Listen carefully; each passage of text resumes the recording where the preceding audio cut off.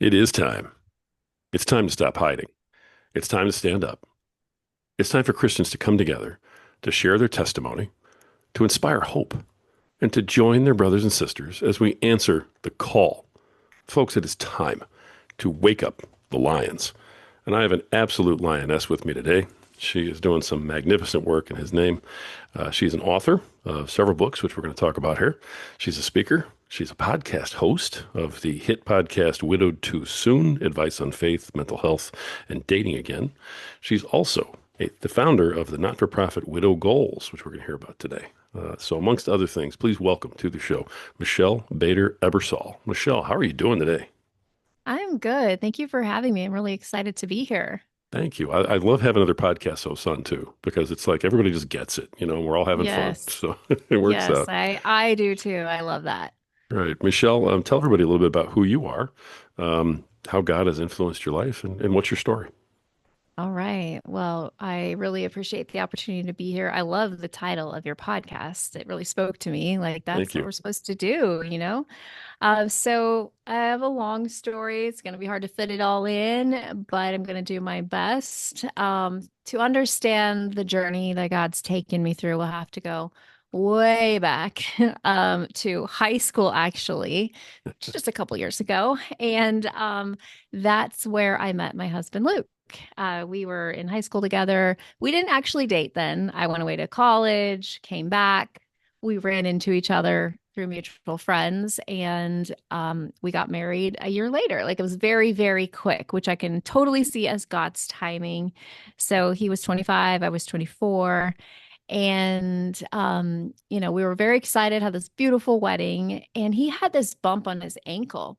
And it just like kept getting bigger. So he went to the doctor and they're like, it's tendonitis. Don't worry about it. And it kept getting worse. He went back and finally they said, okay, this is bad. We need to do a biopsy. And so they biopsied it and diagnosed him with a very rare bone cancer. It's called mesenchymal chondrosarcoma, which means bone cancer.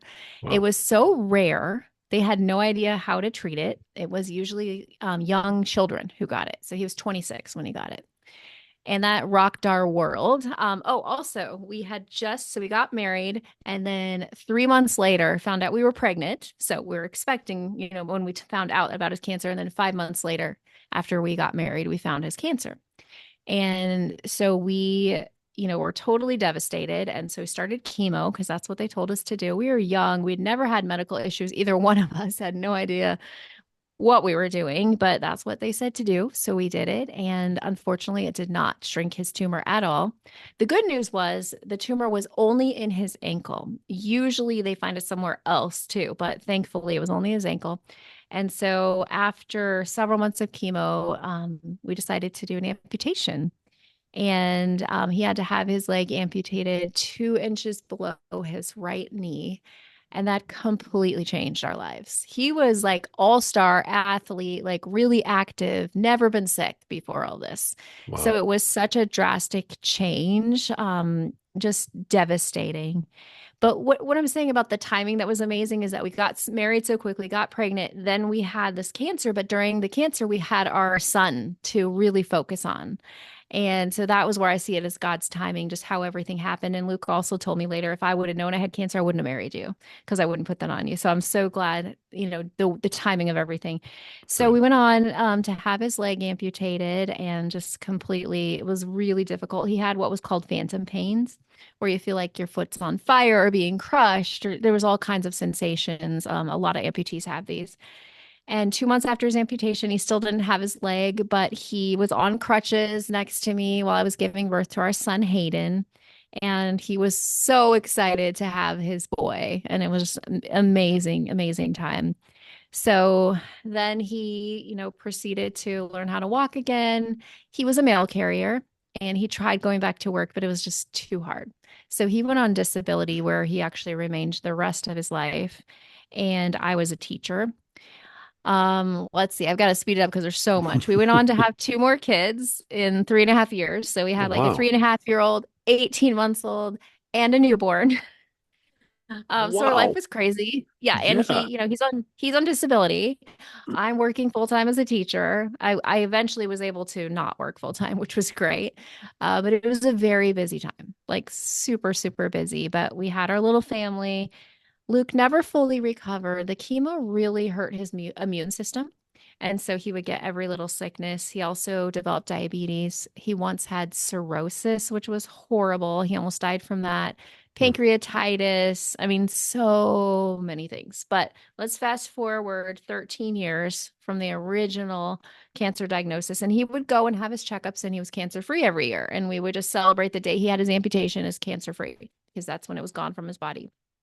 13 years later, we were playing baseball as a family in the summer. He fell, landed on what he thought was his liver. Like he thought his liver was hurting. So he went to the doctor because, he had had cirrhosis, and they did a scan. And while they did that, they picked up that there were tumors on his lungs. So it was actually his lungs Oh, that were hurting. And we always knew if it came back, it was going to be terminal. That's what we had been told, and it would be in his lungs. So I mean, yes, it was a surprise because we had passed 10 years and I didn't think it was going to come back. Like, I really did not. yeah. So this time we had to sit down our three kids and tell them about it. Now they knew all about his first journey. I had actually written a book. It was at that time it was called In Sickness and in Health, and it was all our first year of marriage. And we used to say, what do people complain about in their first year of marriage? Like, we stayed in the hospital like 30 nights. Like, what, it was just dealing with all of this medical stuff. But anyways, the kids had read the book, at least the older two. And so they were about 9, 11, and 13, somewhere around there, when we found Luke's cancer. And he did not want to do treatment, but there was no other option. So he's like, we're going to fight this. So he started going through chemo. And this time it was extra horrible because the kids had to see him be sick. Yeah. And he was coughing a lot because of the lungs, the tumors in his lungs. You could even see one in the back of his lungs. It was really awful.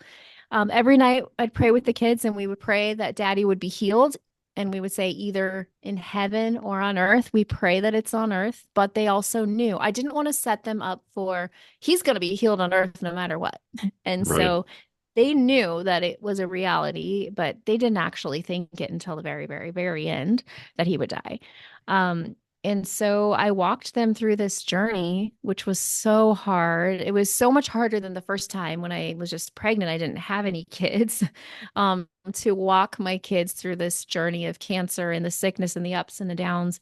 But we had some beautiful memories during that time. People were so generous.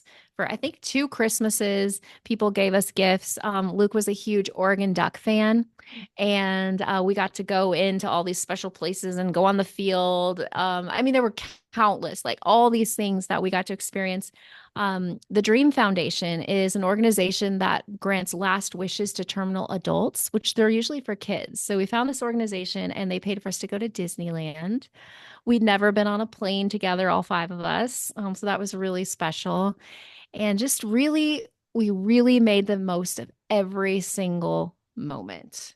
Hmm. And, then COVID hit March of 2020. And we can look back now, me and the kids, and see it as a blessing in our lives because we were together every moment. My daughter and I were supposed to go to Washington, D.C. for her eighth grade trip. That was canceled. And I was very nervous already about going because I would have to leave him. And it was so hard. And so we began spending every day. Now, he did sleep most of the day, but once he would wake up, we would watch movies. I mean, the kids look back at it as like some of the most precious memories. Every night, movies and popcorn, because we didn't have to get up early, and that's what he wanted to do. He couldn't be active, so we'd watch movies. He was on hospice all of that time. We were actually with hospice for 9 months, which was amazing. The Wow. average person, I think, is like 10 days. That's what Yeah. the hospice nurse told us. But we saw her, she was a Christian, which was wonderful. And we saw her as VIP care. That's how I convinced Luke. I was like, this doesn't mean you're dying. We can graduate out because you can. Every 6 months, they reevaluate. And it just means you don't have to go to the doctor anymore. You don't like going. So it was a beautiful thing to have her. So we had all of these great memories. So my kids were 12, 14, and 15 at this time because we'd been battling several years. And the hospice nurse came and she had told Luke, you're starting, he was still completely functional. But she said, your muscles are atrophying. I mean, I could see it in his face. You could tell, but he was still able to get up and around and stuff like that. But she's like, you've got to do these exercises for your leg. So that day he did like so many calf raises and all this stuff. And she said, next time you're probably going to need a hospital bed. But he was like, I don't want a hospital bed. So that was May 22nd. And we just had a beautiful time. Like I look back and I'm like, God's hand was totally in this. We had our first, like what I remember, like whole family hug. I was saying goodnight to the boys, and our dog came in, and my daughter and Luke, and we all just hugged, which was, his last night. Him and I had a special, like he wanted me to make him food, and we watched a show together, and it was just beautiful. I woke up on May 23rd of 2020 to the lights turning on, and he was in the hallway, and he's like, my calf really hurts. I'm like, well, it must be like all that exercises you did. He's like, can you get me heating pads? We tried that. Can you get me ice? Try that. Didn't work. And then all of a sudden he could not breathe very well. And so I called, and this is about 4 a.m. The kids were not awake. I called hospice, and they said he was probably dying. And I was like, what? They're like, it's time to wake up your kids. I was so confused because I don't know how they had told us he had about a month left. We later found out he had a blood clot, and Mm, that's what they think happened, why his calf was hurting so bad. right. And so I'll never forget the moment that I woke up my kids. And I remember saying to my daughter, who was 14 at the time, it's time to say goodbye to daddy. And she's like, no, it's not time. I'm like, I'm sorry, but it is. And God gave me a supernatural peace. I was not crying. I was not freaking out. And I saw him suffer. I saw eyes roll back in his head and him not being able to breathe. But when I went to get them and they came back, he was completely peaceful. And I'm so thankful they did not see what I saw, because that was very, very difficult. And his eyes were like looking up into the corner. And I was telling the kids, like, talk to him, like he can hear you. And God gave me peace to say things like, you're going to hear, well done, my good and faithful servant today. You're going to meet my grandparents. Like, it's going to be great. And I just had this supernatural peace. And I was able to kind of just lead the kids through that. I was able to get his mom, call his mom, my mom, get everybody there in time. And we had, I would say, maybe like an hour and a half with him. And we decided to play the song I Can Only Imagine. And in that moment, that's actually when he took his last breath. And then the hospice nurse came in and said, he's gone.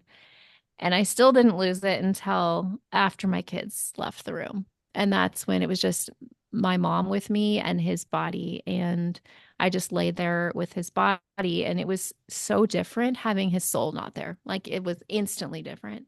And I wailed at that point, which the kids later told me they really heard that. I just lost it. But I was so thankful that during that time, I was given peace. And this is another really cool part of the story. So, his eyes were looking up and to the right, and we were like, are you seeing angels? What are you seeing?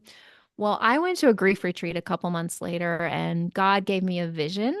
And I actually got to experience Luke's death as him. Like it's a crazy, it sounds out there, but I'm telling you, this is what God gave me. Wow. That all of a sudden I was back at his deathbed, but I was hearing his thoughts and feeling, and it was the most peaceful feeling I've ever felt in my whole life.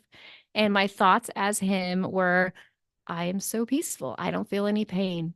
I'm okay to leave my family, because that was his biggest thing. And up in the corner, as Luke, I saw Jesus. Like it was the most amazing thing.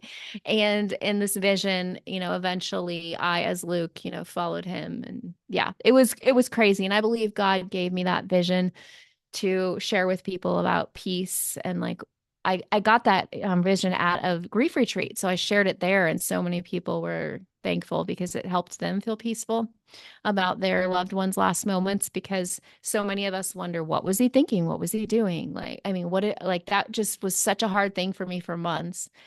So anyways, back to like right when it happened, I felt like I was in a dark tunnel. Like even though I knew it was coming for years, there's nothing like the emptiness. We left the house quickly. When we came back, the hardest thing was seeing his prosthetic leg on the bed, because they took his body, left his leg, and seeing the ice melted on the floor and the heating pad and all these things, and just like this emptiness that we all felt. My sister-in-law stayed with me and the kids, but it was just so empty. And I was like, I don't.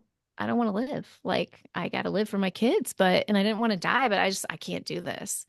And so what I did, I knew a few widows and I called the ones that I knew and I said, all I want to know is this going to get better? And they all said yes. And I started day by day just living and grieving and laying on the floor just in tears all the time. But every time I did that and I cried out to God, He literally covered me with a peace that I can't explain, the peace that passes all understanding. And I was able to slowly get out of that tunnel. And I explain it to people like when you're first widowed or you first lose someone, it's like darkness all the time. And then one day you see a little bit of sunlight.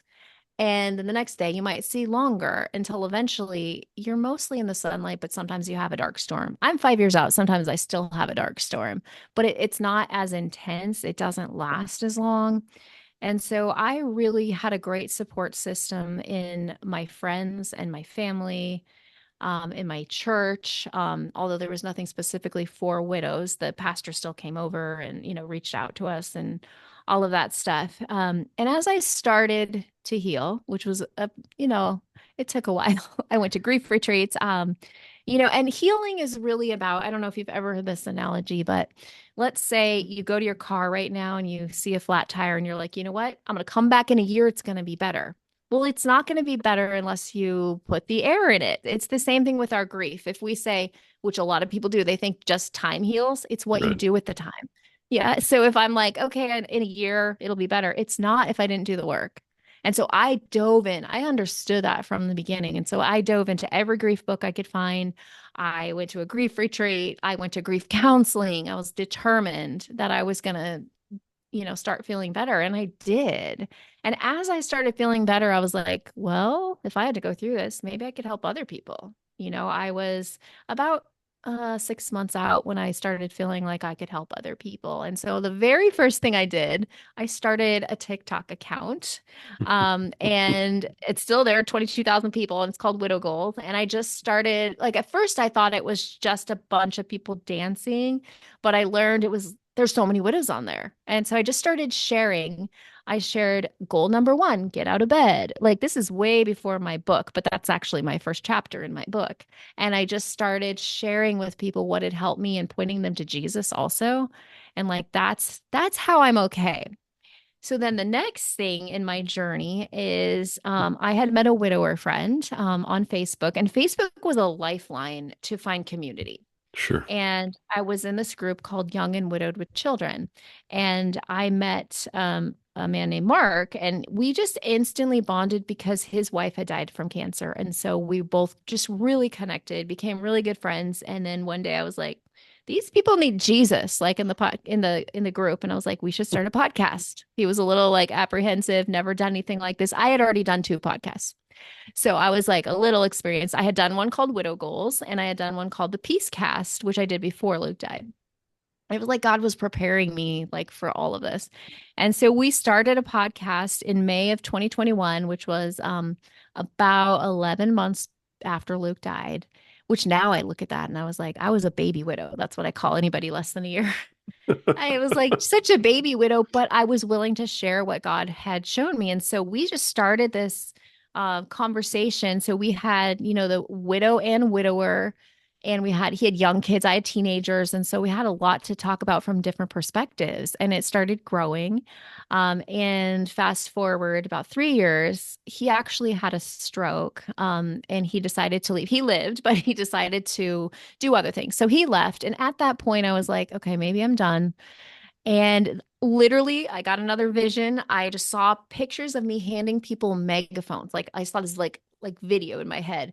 And I felt like God was saying, there's so many more people that have stories to share. You've got to give them the megaphones. You can't quit. So I was like, okay. And so I turned it around and switched it to a mostly interview podcast now. So normally I'll do 3 interviews a month and then I'll do a solo podcast. And it's gone really well and it's grown even more because of that.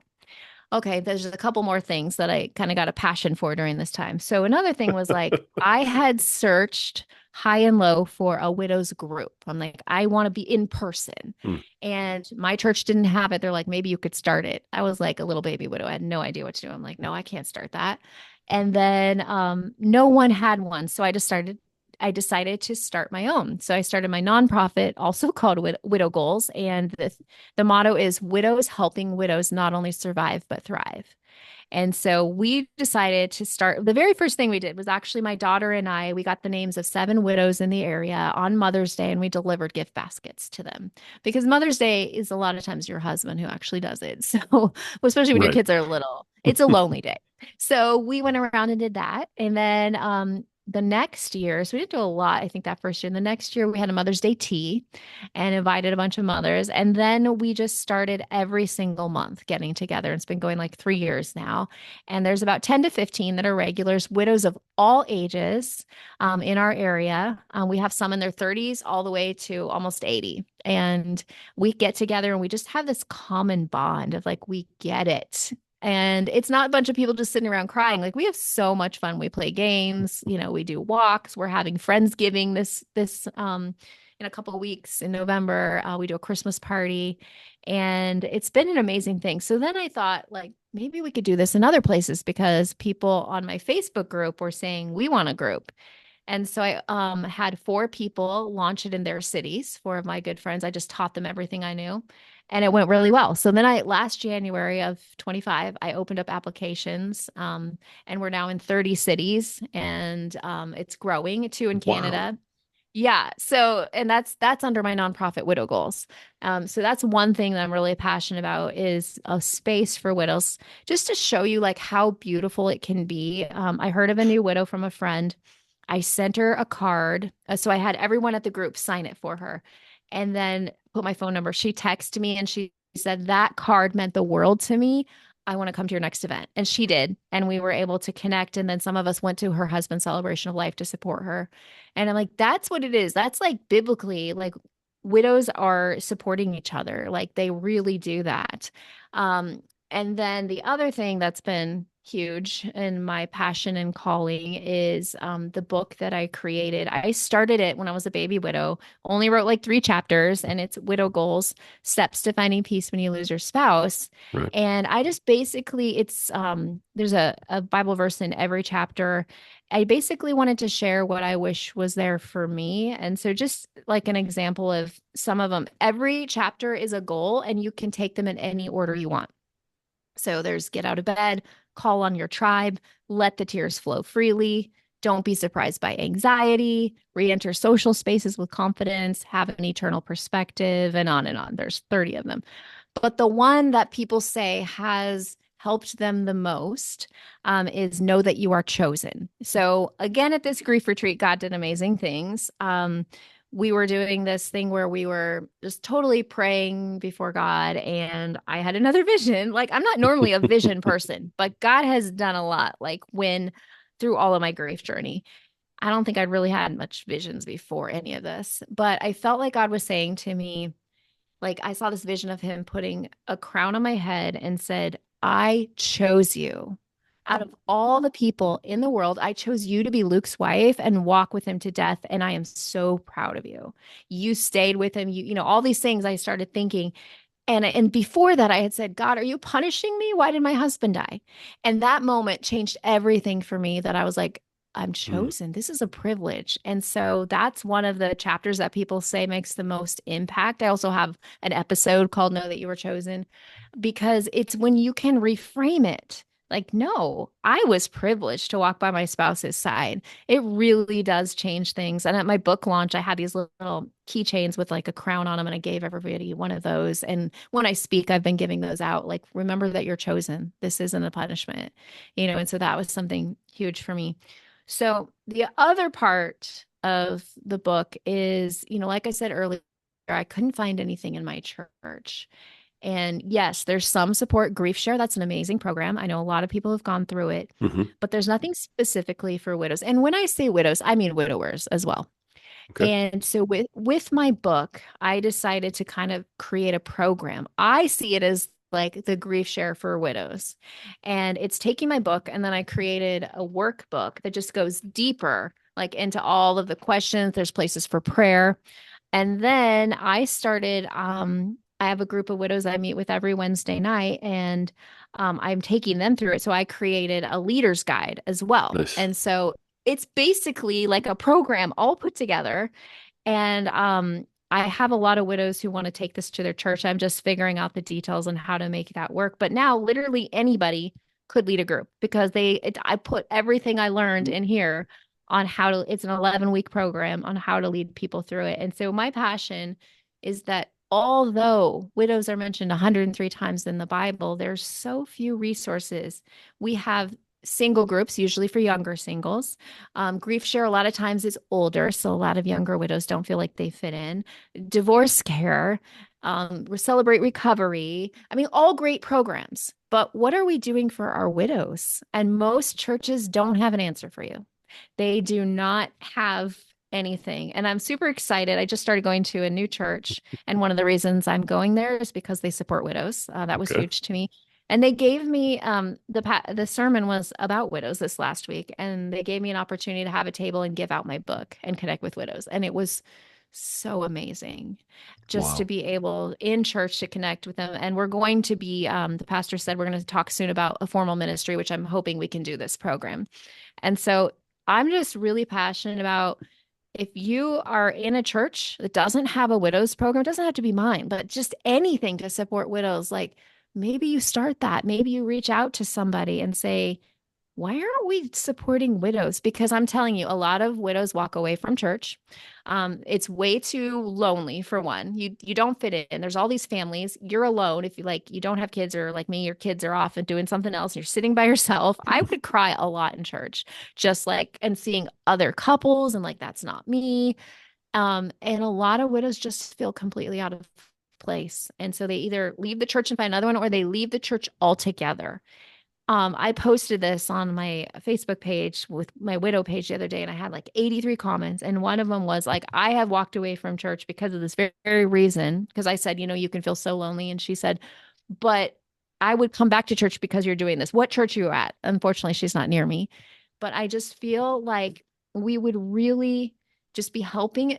God is a defender of widows. There's so many verses about he's a defender of widows and Yeah. cares for the fatherless. I remember reading that verse and I can't think of the exact reference right now. I should know it, but going, that's me and my kids, the widows and the fatherless. Like, that's us. Like, he really has a heart for us. But yet, why are we in the church? And I'm not speaking for everybody. There's a few churches I've heard of that have great programs, but why are we not supporting widows?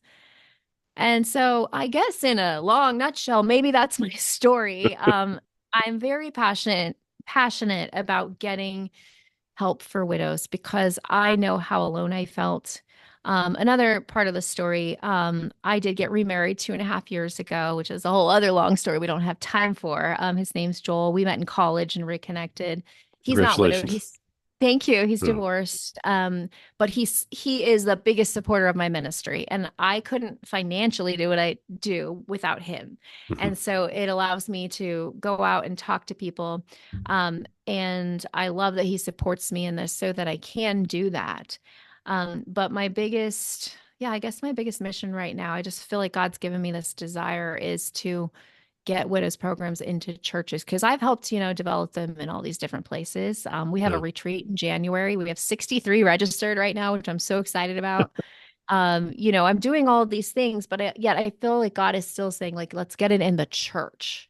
Let's get widows programs in the church. And it is so hard to understand like why there isn't. And so I just want to educate people that we need to do something for our widows. So that's me. That's a Michelle, lot. I love it. I really do. I love the Thank work you. that you're doing. You're clearly called to be doing Yeah. this, especially if you're having visions saying you were chosen. Oh, yes. Unfortunately, that's why you went through what you went through, so that you could learn how to help other people Yeah. through it.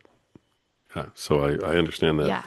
I can see it from here. When you were talking to churches, trying to look for help, trying to look for these programs before you went out to do them all on your own, did you get any reasoning from any of the churches as to why they don't have anything for widows? No, it was only mine that I really talked to. I just like went on the websites of all these other ones trying to find something. And he just said, no, we just don't have anything. And there was no explanation. So, um, and I've tried, unfortunately, in another church to get something started, and they wouldn't even let me give my books away. And that Oh, was really disheartening. But I can see now it was God's plan to get me to this church where I'm at now they're very excited about it. And they want me to do widows ministry. And so I don't know what to do. How do we, well, we have grief share. I'm like, well, that's a great start. But, you know, what are we doing specifically to support them and make them feel like they cared for, precious, and like that they, are not alone? I guess that's the biggest thing that widows feel. And I mean, widowers as well, we feel alone. I'm in a different place that I'm remarried, but I still feel to this ministry. But I can remember what it was like to be feeling totally alone with all these couples and all of it. hmm. So, Yeah, I can only imagine what you've been through with this whole thing. um, the not-for-profit that you're working through. Now, this is to set up these communities in all these other places. Is that yes. the goal of the nonprofit? It's there's a few things. So my podcast is actually under the umbrella, of Oh, the nonprofit, as well as the local events and then the retreats. That I mean, it's gone through lots of different things. It was more like I was delivering packages and doing stuff, but it's basically anytime I see a widow's need, when there's a new widow, I'll usually buy her a gift card, buy her a card. Like it provides for those kind of things. Right now, the biggest thing is it's providing for our retreat, which is in January, and helping to, bring the costs down and all of that stuff. So sure. it's been like 3 years of going through all different, what is this nonprofit? I don't really know. It's been a lot of different things, but right now it's specifically creating podcasts and also the retreats and the groups, those things that we're doing right now. All right. Hey, I lost you for a minute, but looks like you're back. Okay. Can you hear me okay? Oh, yes. All right, excellent. The now you're Yes. also you talked about the grief counseling event that you went to and how that created so much change for you. You're also a certified grief recovery specialist here, right? Yes. Yes. Yes. Okay. How Yeah, does that's how does that a play into program that the I rest of the decided to goal? do. I Yeah. was looking at going back. Sorry, I think we overlapped a little bit there.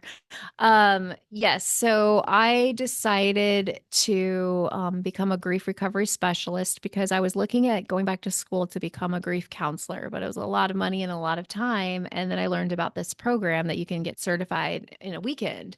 And so I did that and I love it. It's based off the Grief Recovery Method book, which I would say is the top book about grief. It's not a faith-based book, but it has very amazing education. And one of the biggest things that I learned early on in my grief, I just want to share it because it's such a myth, is that there aren't actually stages for those going through grief. So Dr. Elizabeth Kubler-Ross, she invented the stages of grief for those dying, not for those grieving. Mhm. And somewhere over time, it got changed. And so all these people are like, well, I'm not going through anger, bargaining, denial, all the things. And they feel like something's wrong with them. And I remember the relief I found when I learned that piece of information.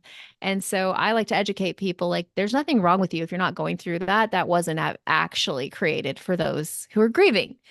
So that's something that I learned in grief recovery. I also learned about grief myths. The bike I mean, sorry, the tire exam that was from recovery. And it just is such a great way to get grief education. And so that's a 7 week program, taking people through all kinds of things where they even graph out all their losses and work through their losses. It's a powerful program, but I'm actually kind of gearing a little bit away from that as I'm working on building my own program. And so I'm not doing it as much, but I think it's very valuable. And if people are interested, and they can look it up and see if it's in their area, the grief recovery method. It's amazing. I highly recommend it. But I just found I'm doing it less as I'm focusing on my Widow Goals program. But it's a great program. Love it. Sounds like it. Sounds like it. But of course, you're trying to do your own program because you're getting used to this way, Yeah. aren't you? Yeah. Yes. I understand. I understand. The with the podcast, you made that switch to start having people come on interviews and that kind of thing. Uh, Mhm. who do you interview, and what is the purpose of the podcast? Is it to connect with folks going through grief? Is it to connect with other widows? And what do your guests bring to, your mission there? Mm. That's a great question. So most of them are widowed. 98% are widowed, and they all have different stories. And so my point is, I usually have them start with, tell me about your husband, your love story, or your wife if it's a widower. We've had more widowers recently. And then we go in through, tell me like when your life changed. And then we talk about their first little while. And then we talk about what is it that helped them to heal. And they all have different stories in different ways. And I always weave in questions about what advice would you give, what verses that have helped you, and things like that. So the point of it is, someone who has been through, let's say, suicide, I cannot relate to because my husband died of cancer. And so by having guests with that specific death, the listener is like, I get that that's my story, and they can relate. So I feel like the more different kinds of deaths, that sounds really weird, but in this um, it's it's gonna be better for my audience. I mean, you do podcasting, I have had so many people thank me and tell me like this is the only thing that has helped them. They binge listened all the, episodes. I mean, just a beautiful thing. When you're all over the world too. I have the sticker on my computer that says go into all the world and preach the good news. And it reminds me that that's what we're doing when we podcast. We are reaching. I mean, I've literally had widows from all over reach out to me, and it's such a beautiful thing. And so, yeah, the mission is really hope in Jesus.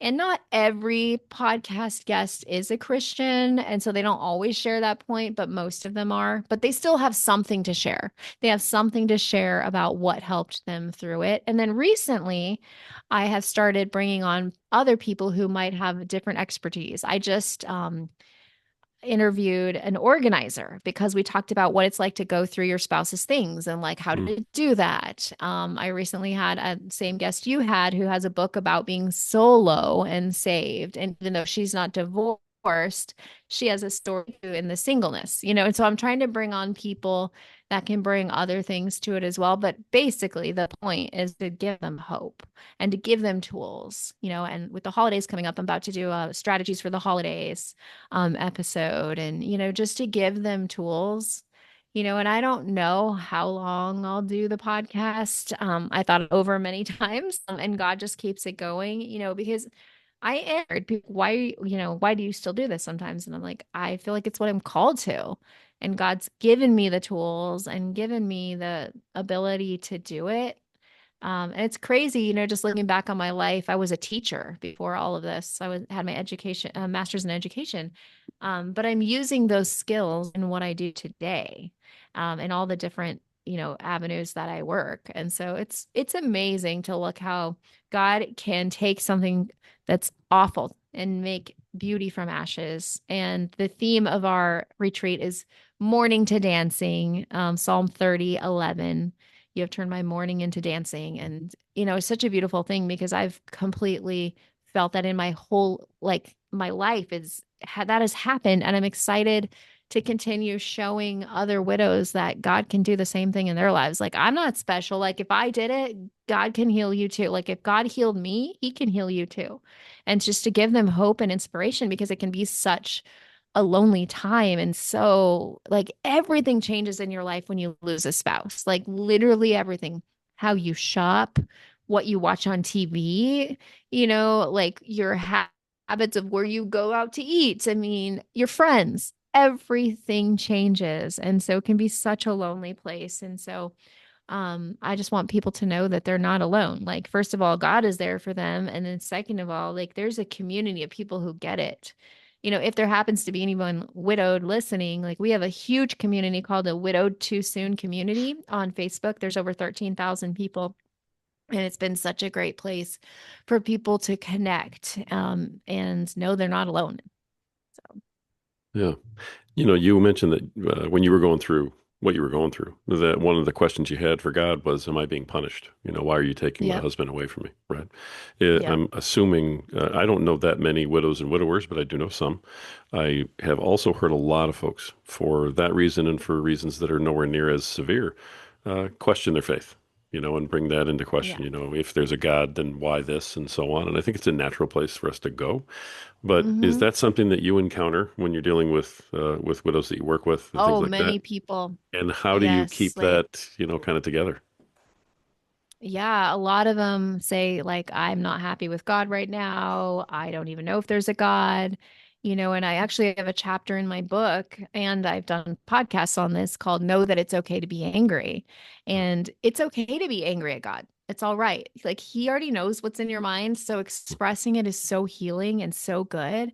And so I personally never lost my faith. Yes, I did think, am I being punished? But I never was like, there's no God because I could feel him all the time, and so I really encourage those people to keep pressing in. And one of the things that one of the leaders told me at the grief retreat was like, listen to worship music all the time. And I started really, really doing that and praying, and I would feel the presence of God so strongly.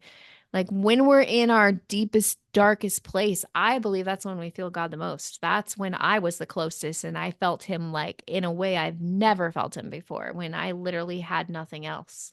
And so I encourage those people to keep pressing through, keep talking to God honestly with however you're feeling. That's amazing. That really is. And good for you that you get to kind of be that beacon to keep people on track a little bit Thank when they you. start to doubt Yeah. things. That's amazing. But Thank you. again, you're clearly called to be doing what you're doing. So, I love that. One of the things that we talk about in this podcast too is spiritual warfare. And I mean, granted, you've dealt with a Oh, ton of yeah. that, I'm sure, but you're trying to take something that was horrible and horrible for yourself and for other, men and women, and you're trying to turn it into something positive for them and trying to show them a way forward. Have you run into, any sort of obstacle with that in addition to the church not wanting to support you on it? Yeah, I would say my biggest thing is rejection. When you have over 13,000 people in a group, there's going to be people who don't agree with you. There's going to be all this stuff. And like the enemy uses rejection for me to be like, I don't even want to do the podcast. I don't want to do any of this. I don't want to, when I feel like it's like attacking me. And I have to remember that no, it's not rejection and it's not personal. Like, it's not, our battle's not against flesh and blood. It's a spiritual. Can't remember Hmm. the whole verse, but the warfare, Right. the things going on. And I have to remember that. And then sometimes like I'll get down and then I'll be like, no, Satan, I'm going stronger. I'm going harder. Like, you're not going to keep me down. Because yeah, there are moments, especially as this is like really at this time of my life, building momentum and really like going very, very quickly with all these things happening, that there are things that get me down, but I have to focus on not focus on those, but like what is my goal here, and that's to shine the light on Jesus. Like he is actually the way. Even with grief recovery, I'd say grief recovery is great, has great tools, but God is the healer. Like there are tools to help us, but ultimately he is the one to heal us. And so yeah, there are for sure times when there's spiritual warfare. And I do believe, it's amazing that God has provided a great husband for me right now who prays with me, prays for me. He knows my struggles and he'll be the one to remind me. I'm like, am I doing any good? And he'll be like, remember that thing you told me about and that one and that one. Sometimes I take screenshots of like, positive messages or things that people give, like, when I'm like, am I making a difference? Does this matter? And then I'll go back to those and he'll remind me of those. And like, yeah, it does matter because sometimes, as you know, podcasting can be lonely, especially when you're doing it by yourself. Yeah. You're like, I'm just talking into my microphone. Is anybody there? But then when you get messages and like, oh yeah, and they heard it, and then it's like, okay, this is making a difference. And what I love about podcasting too is these are going to be there as long as there's podcasting. People can go back to the beginning and get help from the first episode. And I Right. absolutely love that, and that's helped continue, for me to want to continue, just knowing I'm making a difference. That's fantastic. It really is. And it sounds like God sent you your husband to kind of support this mission as well. Oh, 100%. Yes. Just real quick, we can have time for the whole story, but it is totally God. I was on Facebook. So Joel and I had not talked in 20 years. I'd never thought of him. He was more like an acquaintance in college. And I'm on Facebook and it just said, someone you may know. And it was right when I was like, about a year after Luke died, I was starting to think about dating. And I'm like, well, it doesn't say he's married. So, okay. And I just clicked on add friend and then we started talking. I mean, there's a lot to the story. He lived in Louisiana. I'm in Washington. A lot had to happen. But I believe 100% God made us partners in ministry and like redeemed so much of what we lost. That was another thing. One more thing happened at the grief retreat. I had a vision, surprise. I'm walking a field and I was like at this camp and I was brought back to a camp I grew up at. And I saw myself like being like 16, skipping across the field. And I felt like God said, I'm going to bring back the joy of your youth. And then the other thing I heard was, I'm going to redeem and restore everything you lost in your marriage. We didn't get to do double dates. We didn't get to do a lot of things. Like, we didn't get to go travel much. We didn't get to go hiking or walking or do anything. And so I feel like God totally redeemed everything I lost with Joel. Like, we're completely active. He's a pilot. We get to fly places. We're always traveling. And it's just like a promise that God gave to me. So I knew from 2 months out, I knew I was getting married again. I didn't know how or when, but I felt like God had given me that promise. And it's been such a beautiful thing to watch how God brought all that about. So yes, God did bring me Joel for sure. 100%. That's amazing. That really is. He just works in those ways. So you're clearly called to be doing what you're doing, and I Yes. love it. I really do. I'm not sure there's a better way to kind of bring us to a close and wrap things up than that story about you and your husband. So I think that's Yes. wonderful. Let me leave this for you. There are a lot of folks out there who were in a lot of pain. There are a lot of folks out there who are dealing with a lot of these things who haven't met you yet, who haven't seen any of your programs yet. What's maybe one word of advice you can give to these folks who are hurting out there? Maybe a Mhm. first step to take to start dealing with what they're not dealing with, and Yeah. from someone who's dealt with it. What can you say to those Yes. people? So my podcast listeners know this phrase. I say it all the time. What we feel, God can heal. So my advice is let yourself feel it. Do not stop it. I don't care if you're in the grocery store, you're driving, wherever you're at, let yourself feel because if we don't, we're never going to work through it. So grief is like the that rhyme that about going on the bear hunt, but it's you can't go around it, can't go over it, can't go under it, got to go through it. The only way you're going to heal is to go through grief. And so let yourself feel it. Now, that came about because my grief counselor had taught me what we feel we can heal. And I said that for a couple years until I felt like God say, no, no, no, what you feel I can heal. So now I say it as what we feel God can heal. And so that's my biggest piece of advice is let yourself feel it. Nice, great parting words, Michelle. How can everybody reach you? How can Thanks. they reach out to you? Find your books, your podcast, everything else. Yes, just one simple thing to remember, widowgoals.org. And that has my podcast, my books, my retreats. And also if they're on Facebook, Widowed Too Soon Community. You can find me and then you'll be able to find me on all the different social medias as well. And I'd love to connect with anyone who wants to talk. Wonderful, wonderful. We'll make sure that stuff's in the show notes. We'll get that out for you. Thank you. Author, speaker, podcast host, and founder of the not-for-profit Widow's Goals, Michelle Bader-Ebersole. Michelle, thank you for coming on and just doing everything that you're doing. Thank you. It really and truly is inspiring, and I love the work that you're doing in His name. Thank you so much. Thanks for having me. Yeah, for sure, folks. It is time. It's time to wake up the lions, and more than that, it's time for you to take your rightful place with your brothers and sisters and let them hear you roar. The world is ready. You're ready. You just have to believe it.